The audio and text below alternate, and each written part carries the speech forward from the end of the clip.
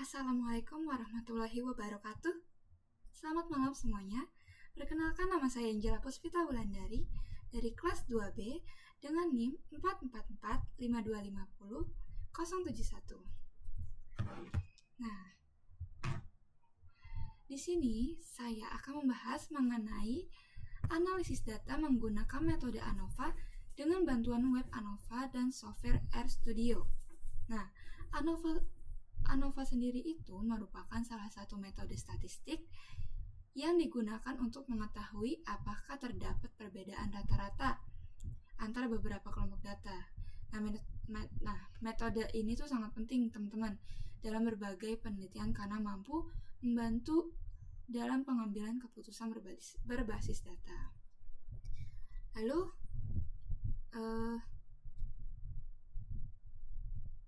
kita lanjut aja teman-teman. Jangan lupa awal-awal teman-teman tuh buka web ANOVA-nya ya. Lalu kalau udah buka webnya, teman-teman salin copy paste ini. Copy paste. Lalu buka RStudio kembali dan salin ke sini. Setelah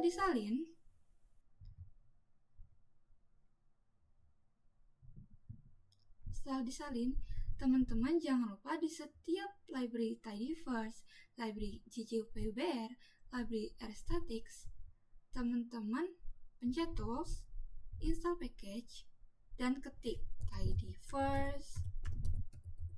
Habis itu diinstal. Karena aku di sini udah menginstal, jadi aku cancel ya teman-teman. Habis diinstal, di run. Terus ini juga sama, install, ditulis lagi JJUPUBR, install, run, lalu lanjut RStatics, tools, install package, tulis juga RStatics, terus diinstal. Setelah udah, di run. Nah, teman-teman, ini kan banyak nih datanya ya. Nah, data ini tuh diambil dari web ANOVA-nya. Di setiap kotak ini nih, yang abu-abu ini nih. Teman-teman salin semua datanya.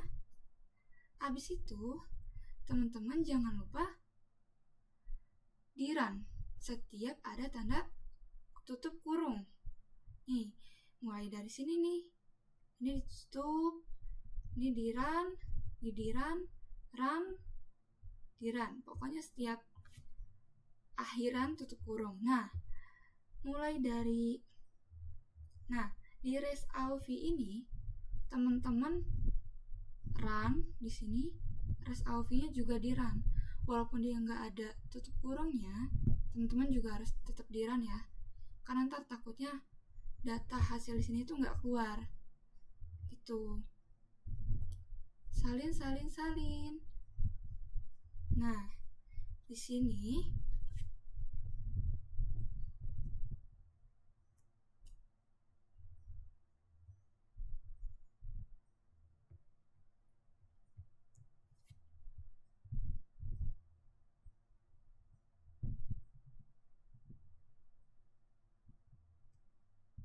aku tuh bakal ngejelasin si tidyverse dulu ya. Nah, library tidyverse ini itu merupakan kumpulan berbagai package yang digunakan untuk manipulasi dan pengolahan data secara efisien. Dengan tidyverse, pengguna dapat melakukan proses seperti filtering data, memilih variabel, serta mengubah struktur data dengan sintaks yang lebih sederhana dan terstruktur. Lalu, JJUPUBR ini digunakan sebagai pelengkap dalam pembuatan grafik, khususnya berbasis ggplot.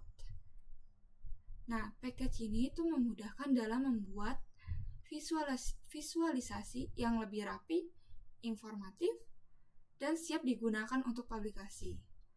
Selain itu, JJUPUBR juga menyediakan fungsi untuk menambahkan elemen statistik ke dalam grafik, seperti nilai p-value, sehingga hasil analisis dapat langsung ditampilkan secara visual. Lalu, yang ketiga ada RStatics. R-Statics itu merupakan package yang berfungsi untuk melakukan berbagai uji statistik dengan cara yang lebih praktis dan terintegrasi dengan tidyverse. Package ini tuh menyediakan fungsi untuk uji normalitas, uji homogenitas varians, ANOVA, serta uji lanjutan seperti Taki dan Games-Howell. Dengan R-Statics, proses analisis statistik menjadi lebih sederhana, konsisten, dan mudah dipahami. Nah, lanjut teman-teman. Sebentar teman-teman.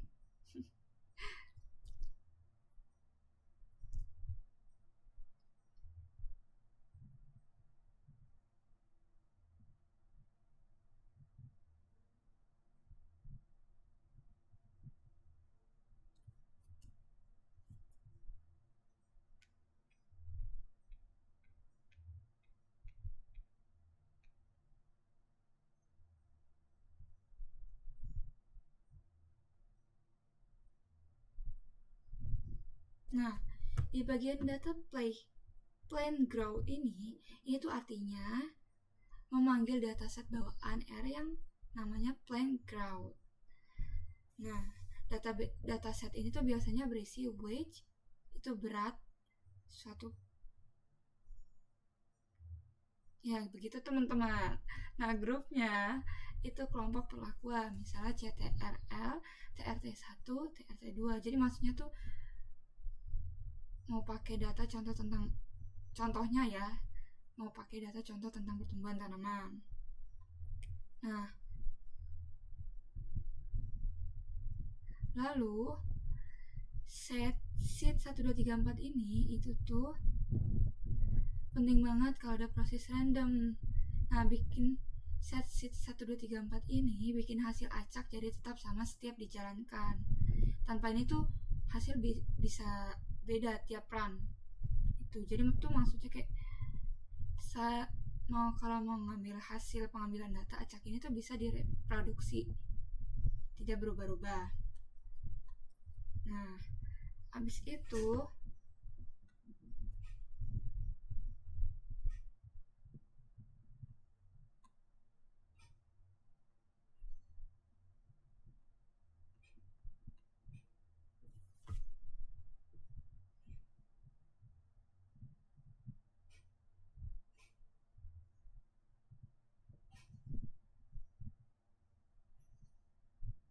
kita lanjut aja teman-teman langsung ke levels plain growth grupnya. Nah, ini tuh biasa untuk melihat kategori apa saja yang ada dalam variabel group. Nah,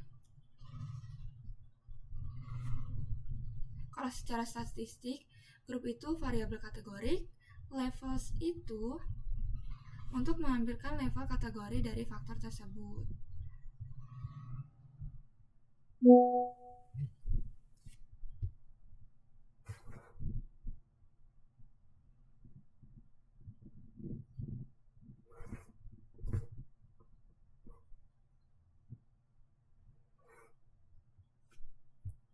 Terus lanjut teman-teman, kita ke bagian yang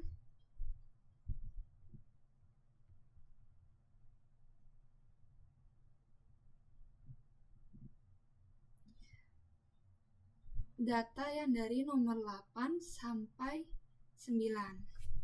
Maksudnya tuh apa sih? Ini tuh mengatur ulang urutan level kategori pada variabel faktor group. Kenapa penting? Supaya hasil analisis itu lebih terstruktur, urutan perbandingan sesuai yang diinginkan, dan grafik tidak acak urutannya. Nah, abis itu kita lanjut ke plain growth dari nomor 10 sampai ke 12 ini nih teman-teman. Ini tuh maksudnya menghitung statistik deskriptif untuk setiap kelompok. Nih teman-teman ya, maksud dari group by group ini tuh itu untuk membagi data berdasarkan kelompok. Lalu get summary stats ini itu menghitung mean rata-rata dan standar deviasi dari variabel weight di setiap kelompok. Lalu selanjutnya ada Gigi box plot.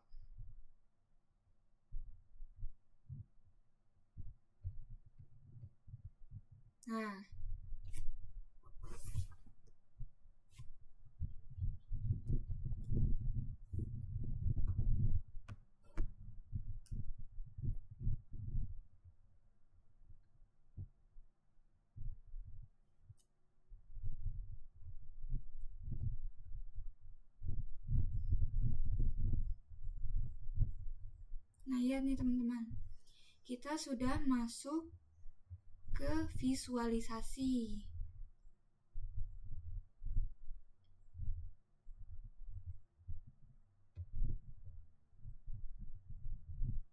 Masuk gambar pertama kita yang ini ya teman-teman. Nih.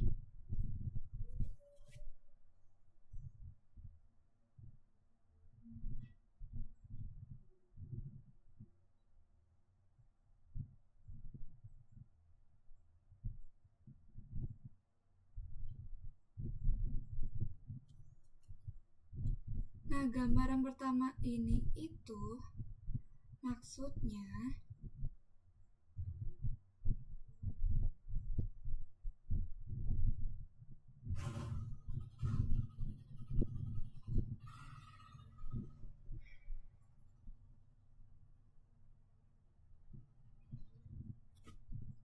di gambar pertama ini kan kita lihat box plot dari 3 kelompok. Ada CTRL, TRT1 grup, dan TRT2. Nah, box plot ini tuh gunanya buat ngeliat gambaran umum data kita. Di dalamnya ada median, sebaran data, dan juga outlier. Kalau kita perhatiin nih, median dari kelompok TRT2 yang paling tinggi dibanding yang lain. Artinya secara kasat mata, berat tanaman di kelompok ini cenderung lebih besar. Sementara TRT1 justru paling rendah. Jadi dari awal aja kita udah mulai curiga nih, kayaknya ada perbedaan antar kelompok. Terus di TRT1 juga kelihatan ada beberapa titik nih, titik teman-teman. Di atas itu namanya outlier. Artinya ada data yang nilainya jauh lebih tinggi dibanding yang lain di kelompok itu. Sedangkan CTRL posisinya di tengah-tengah. Nggak terlalu tinggi, nggak terlalu rendah juga. Jadi dari box plot ini kita udah dapat gambaran awal kemungkinan besar pelakuan di TRT2 lebih efektif dibanding yang lain. Lalu kita lanjut.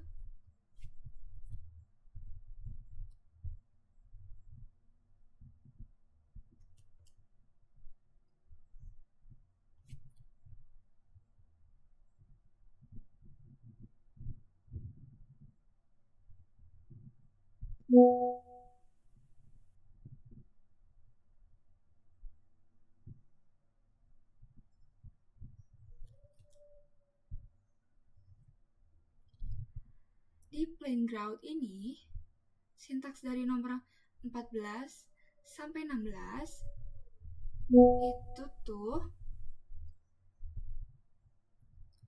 maksudnya untuk mengetahui apakah ada nilai ekstrim dalam tiap kelompok yang bisa memengaruhi analisis. Nih teman-teman, tuh untuk mengetahui ya. Nah tuh nggak ada outlier ekstrim.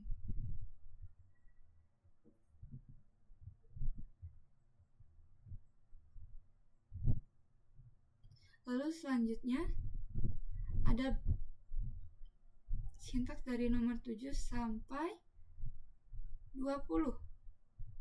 Ya, 20. Nih teman-teman, 20. Itu tuh maksudnya untuk mengecek apakah residual berdistribusi normal. Ini tuh salah satu asumsi penting dalam ANOVA. Maksudnya tuh membuat model lalu mengecek normalitas residual dengan QQ plot. Nih teman-teman, gambarnya.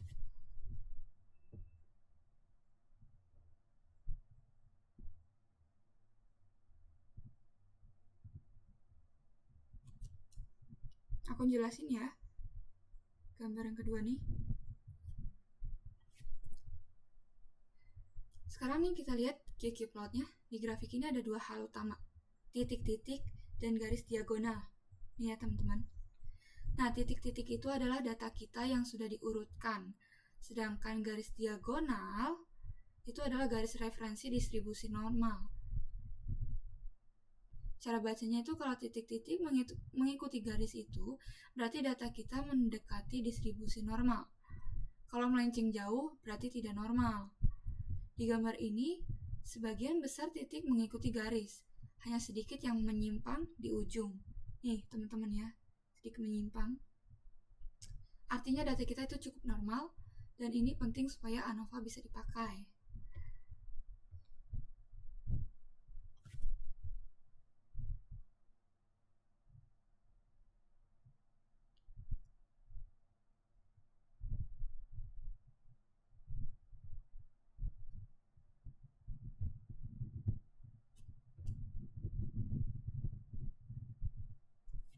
Lalu, selanjutnya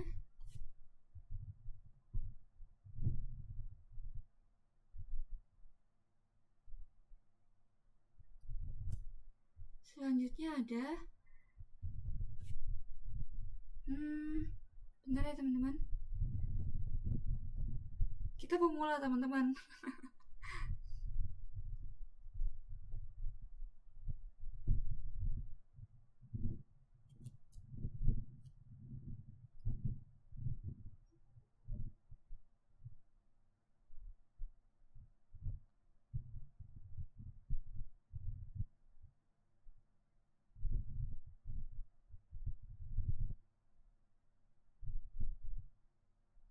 Nih, lanjut teman-teman. Mana ya?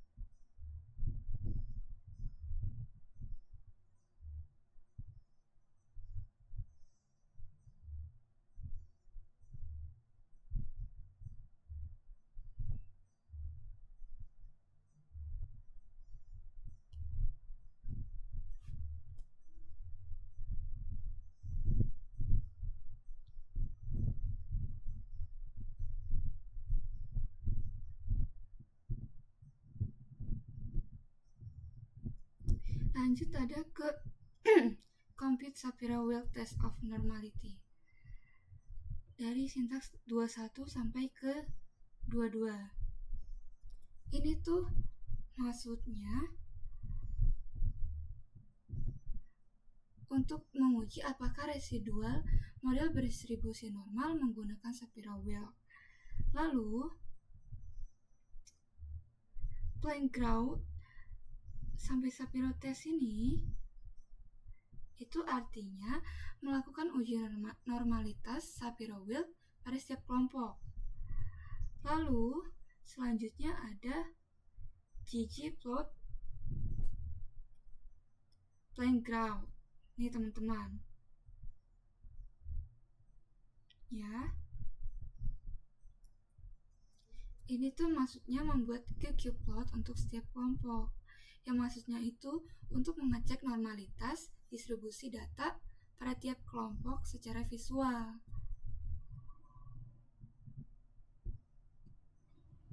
Nah, kalau teman bingung tuh ggplot itu tuh apa? Nah, fungsinya itu untuk membuat ggplot, quantile plot. Ggplot itu secara statistik grafik untuk membandingkan distribusi data dengan distribusi normal. Maksudnya kalau titik-titik mengikuti garis lurus, itu data berdistribusi normal. Kalau menyimpang dari garis data tidak normal. Nah, contohnya kayak gini nih teman-teman nih. Kayak gambar tadi.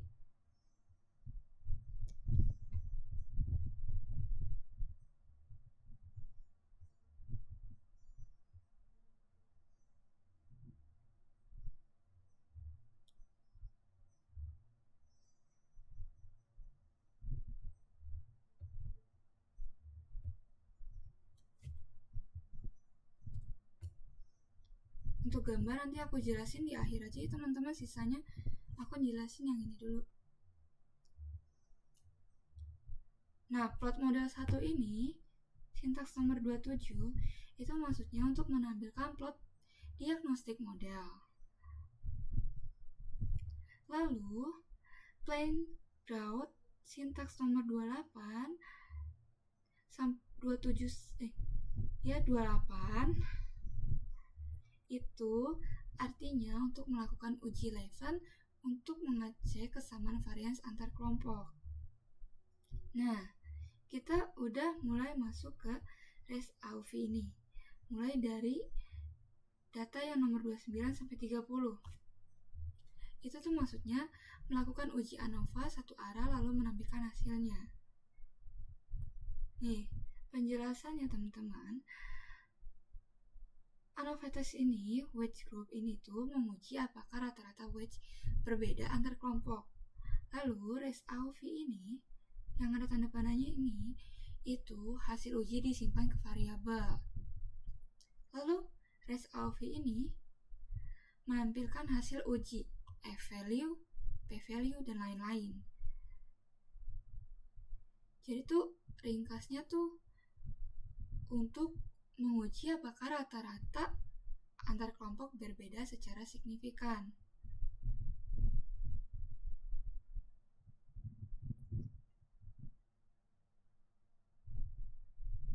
Lalu selanjutnya ada pairwise comparison, data dari nomor 31 sampai 33. Ini tuh untuk melakukan uji lanjut post hoc setelah ANOVA, yaitu Takey HSD atau Honestly Significant Difference. Nah, kenapa sih perlu ini? ANOVA tuh sebelumnya cuma ngasih tahu ada perbedaan rata-rata antar kelompok, tapi nggak ngasih tahu kelompok mana yang berbeda. Jadi, intinya uji Takey ini tuh dipakai untuk membandingkan setiap pasangan kelompok dan mengetahui mana yang benar-benar berbeda setelah ANOVA. Lalu, kita lanjut dari data yang nomor 34 sampai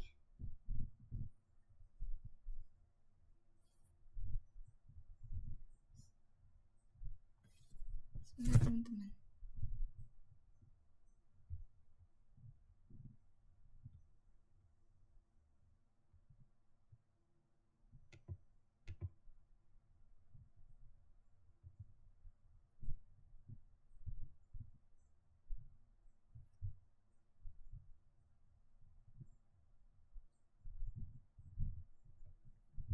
Nih, sampai part 1 teman-teman. Ini tuh maksudnya membuat visualisasi box plot serta hasil uji statistik ANOVA dan Tukey dalam satu grafik. Lalu, selanjutnya ada mulai dari data yang nomor 42 sampai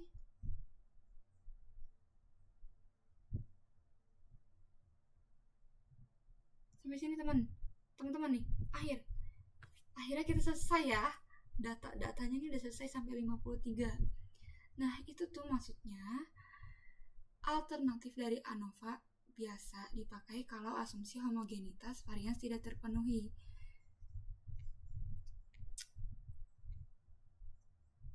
Nah,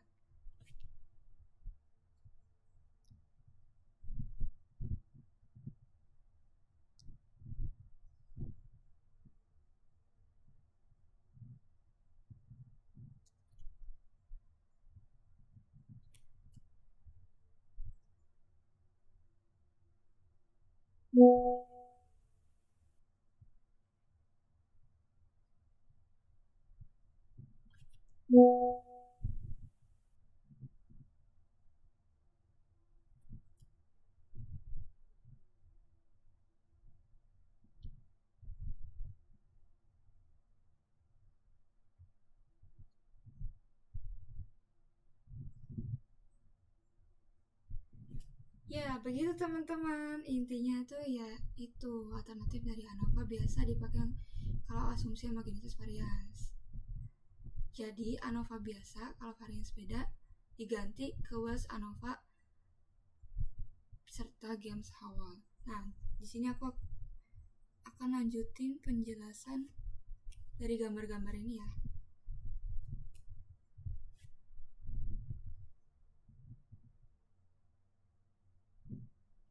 Nih, QQ plot per kelompok.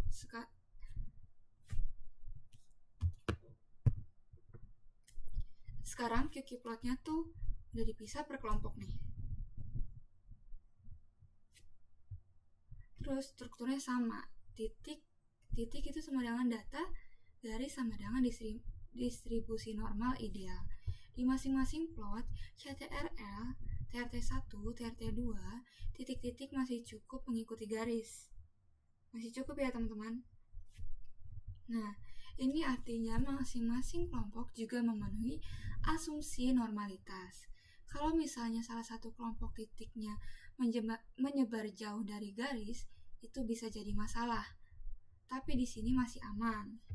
Lalu, gambar yang keempat itu residuals versus fit.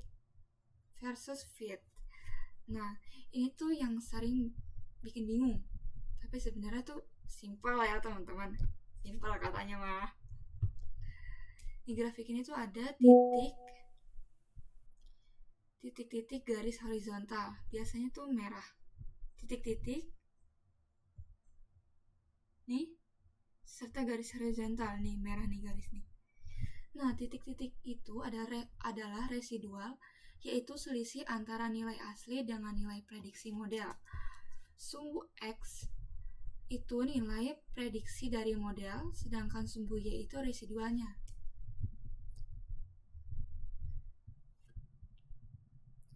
Garis horizontal di tengah itu adalah garis nol, artinya tidak ada selisih. Cara bacanya itu kita lihat apakah titik-titiknya menyebar acak di sekitar garis itu. Kalau titiknya menyebar acak, berarti itu bagus, asumsinya terpenuhi teman-teman. Kalau membentuk pola, misalnya melengkung atau kipas, itu berarti ada masalah. Di gambar ini, titik-titik tersebar cukup acak, tidak ada pola jelas. Artinya varians antar kelompok relatif sama, jadi asumsi homogenitas terpenuhi. Lalu, gambar yang kelima, di gambar kelima teman-teman, box plot, hasil ANOVA, serta Taki. Di gambar ini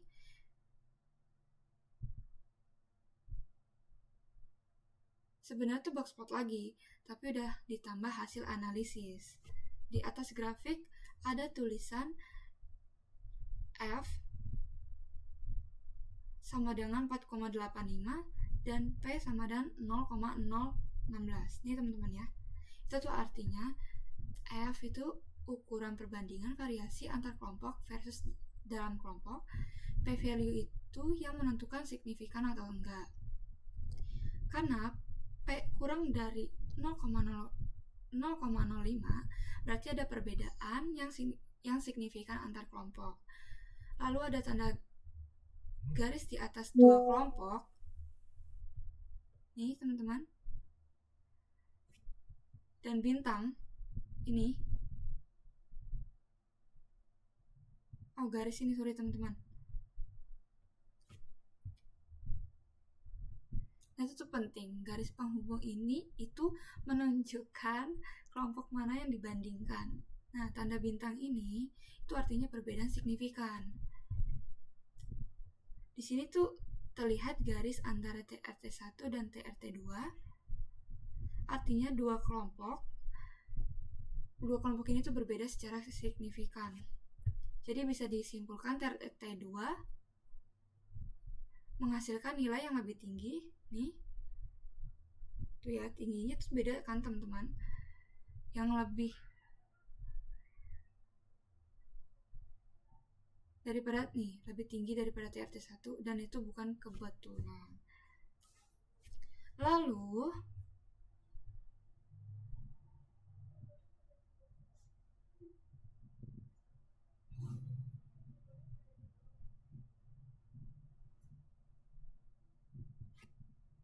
Lalu untuk gambar yang selanjutnya nih, gambar terakhir.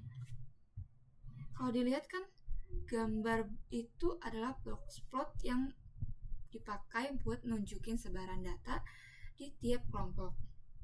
Jadi bukan cuma rata-rata, tapi juga bagaimana data menyebar. Kotaknya itu bagian utama, batas bawah kotak menuju kuartil bawah Q1.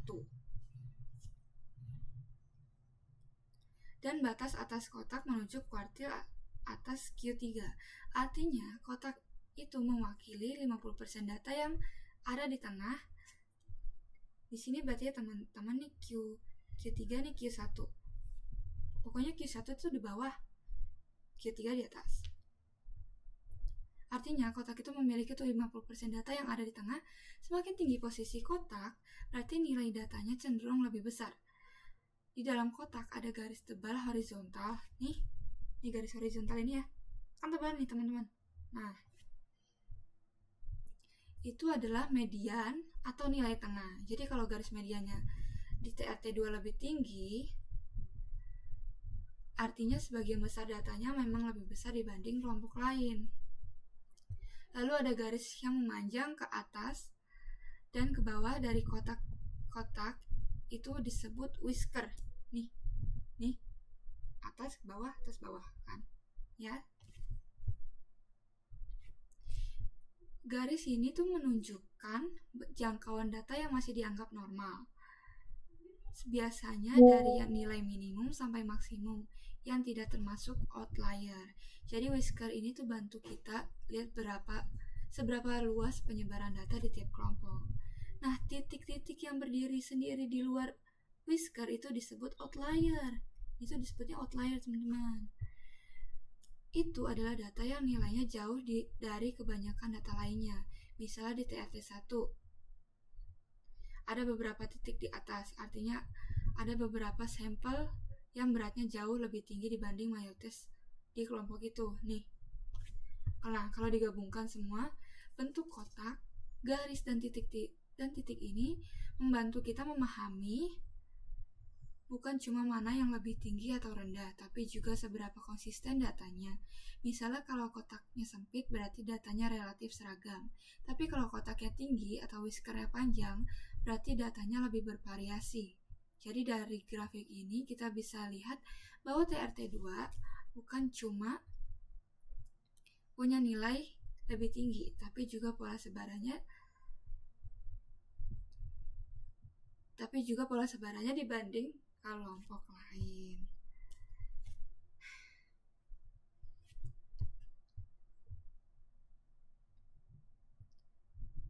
Cukup begitu aja sih teman-teman. Mohon kurang lebihnya mohon maaf. Assalamualaikum warahmatullahi wabarakatuh. Terima kasih. Dan di sini saya membuat video ini untuk memenuhi tugas statistika ya dengan web ANOVA dan RStudio ini. Terima kasih. Dadah.